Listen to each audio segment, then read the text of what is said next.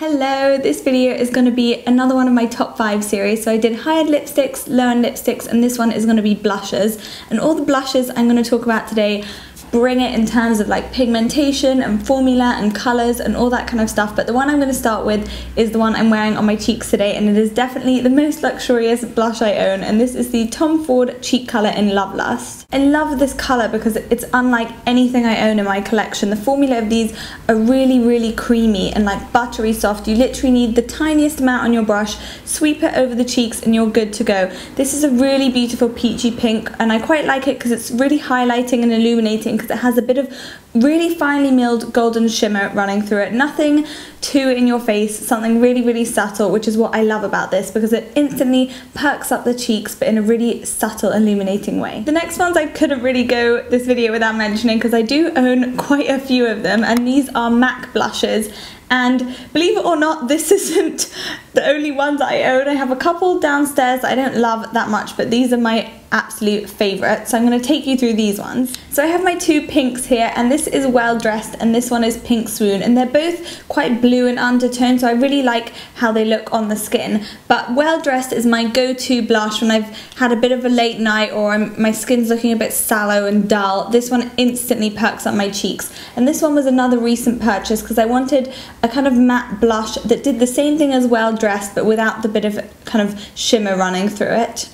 This one looks like a bit of a Barbie pink in the pot, but on the cheeks it actually applies much darker, and it is so gorgeous. But you do want to stay clear of like heavy eye makeup and this blush because it might look a bit too much. Speaking of heavy eye makeup, this one is the one I like to pair with a smoky eye, and this one is MAC Tenderling. It is what I wore on my birthday, so if you haven't seen that video and fancy seeing what this looks like on, I will link it below. It's one of those blushes that won't take away from the smoky eye, but it will just add that little bit of something on the cheeks that you need to bring the whole look together without looking like you're wearing tons of makeup. The next one is similar to the Tom Ford blush I talked about, and this is MAC Style. It's really peachy as opposed to the Tom Ford, which is more of a kind of peachy pink, but it does have the same kind of golden shimmer running through it. It's super finely milled, so it's hardly noticeable, but it does have that illuminating effect on the cheeks. I love the way the peach blushes make you look that extra bit more tanned without actually adding a bronzer as well. So that is a really nice thing that this blush does, just gives you a little bronzy glow without actually adding any bronze. The next one is actually a favourite that's also purse friendly, and it actually, I don't think you can get hold of this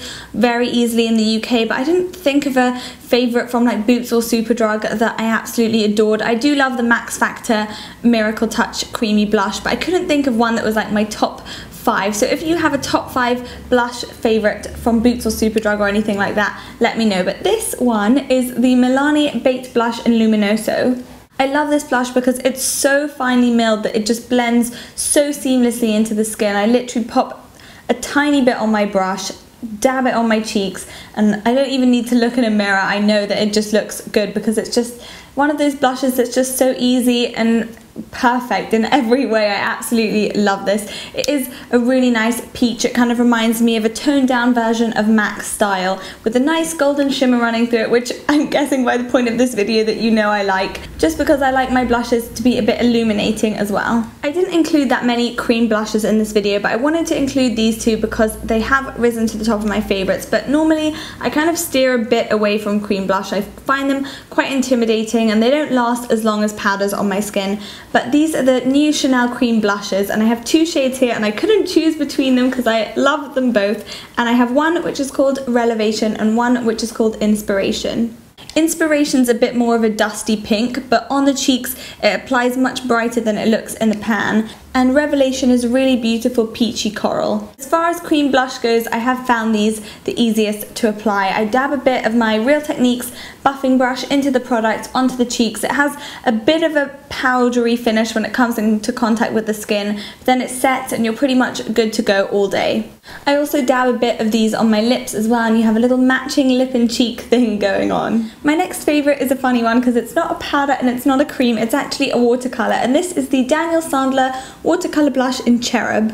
These blushes have a seriously unique formula. They literally, as the name would suggest, are like water, but they just look so natural on the skin. They look like you're actually kind of blushing from within, as opposed to like there's a cream or a powder on top of your skin. I'll be honest with you on this one, the first time I tried this I was a bit intimidated by the formula. It was a bit scary and it was nothing like I'd ever tried, but Daniel was super lovely and took me through how to apply it. And basically what he does is pops 2 drops onto the brush, sweeps the brush over the cheek, and the brush kind of does it all for you, just blends it in really beautifully. And if you fancy kind of amping the colour up a bit, pop a drop onto your finger and pat it in as opposed to rubbing, and then you'll kind of build up the colour. These are one of the most long-lasting blushes I own. I can literally go out for a whole day, come back, and usually a powder or a cream blush will have faded quite significantly, but these don't at all. They really stain the cheeks, and I can't fault them, absolutely love them, and I definitely recommend actually getting it with this brush because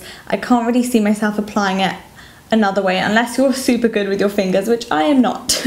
In terms of applying blush, I do have my favourite blusher brushes here to show you. That was a bit of a tongue twister, and this is the RMK cheek brush, and it is so amazingly soft that I can hardly concentrate on anything else when I put this against my face. And I also have the Real Techniques Duo Fiber Contour Brush, which I adore because it picks up the right amount of product and it has the right kind of density that kind of just blends itself in. You don't need to blend it all that well yourself. It just does all the hard work for you basically. So those are my top 5 blushes. I hope you've enjoyed this video. Let me know if you have a blush that you think I would like based on all my pinky peaches with golden shimmers running through them or anything. But thank you so much for watching, and let me know what you fancy seeing next in my top 5 series, and I will see you soon.